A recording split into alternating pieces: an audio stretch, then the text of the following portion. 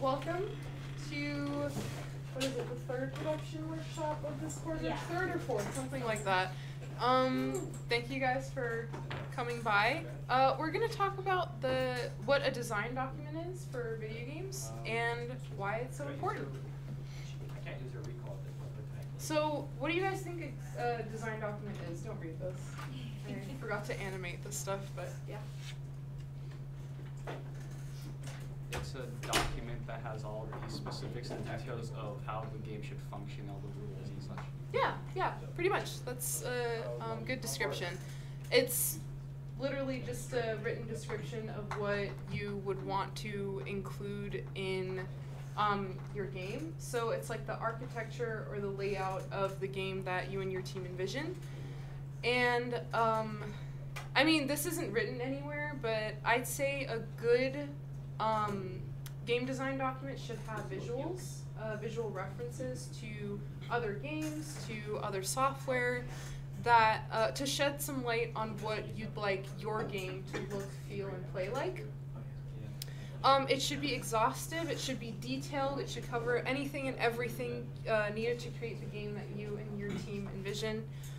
This includes the art assets you'd like, the scripts that you want to program, the writing concepts, any dialogue, UI ideas, audio ideas, and etc.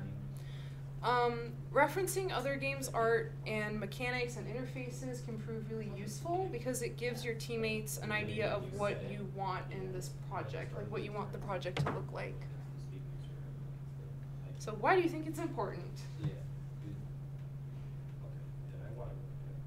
Like, why would something like this be important for a team?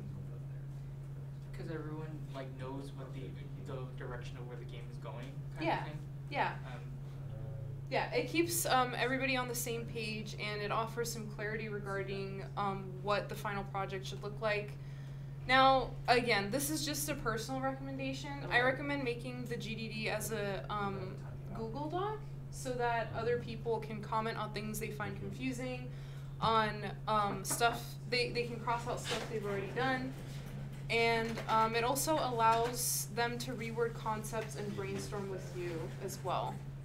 So it should be continuously updated as you and your team move through the production phases of the game. Right, so I have some of my old design docs from previous games that me and my teams have done in the past. This one is probably the most extensive one that I've done. And so it's super messy, and I apologize for that.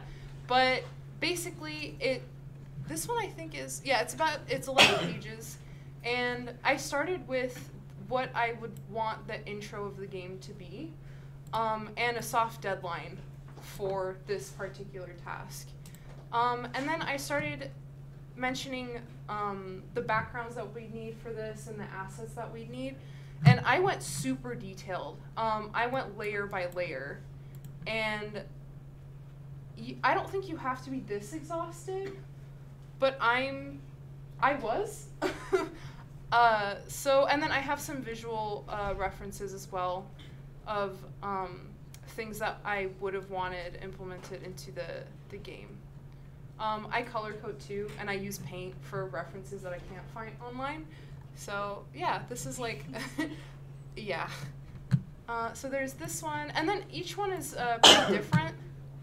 This is the one that we're currently working on, and it's a homage to a heavy metal band that I really like. So we're making a what do I even call it? Like a fighting. Yeah, It's kind of like a Cuphead game. So we have different references and things and deadlines and whatnot.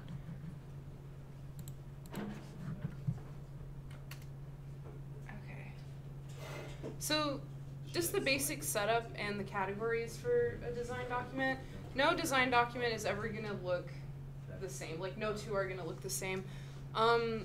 However, there is logistics that should be covered with each document.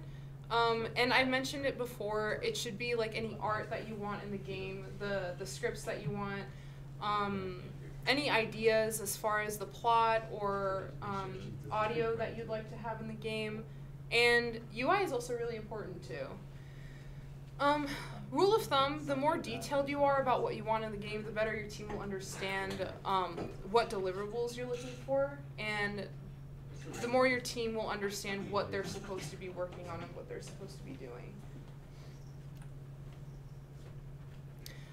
Use Trello and Discord to complement the document. So what I mean by this is when you want to clarify things on the design doc that you think can come off as confusing, be sure to let your team know through Discord, just so everybody's up to date on the project. And also it's important to update your Trello as you're updating the design document. And again, for art and audio, we handle it differently, so you would go through audio and art strike for that. Questions? I kind of ran through everything very quickly, but is there anything that was like confusing or you need clarification on? Is there a basic structure that we should follow in terms of the design document? So, I suggest like this is a basic setup, is to include these things in the document. I don't think there's a specific order. I'd say like order based off of priority. But yeah, I don't think any two documents would ever really look the same. Anything else? No? All right.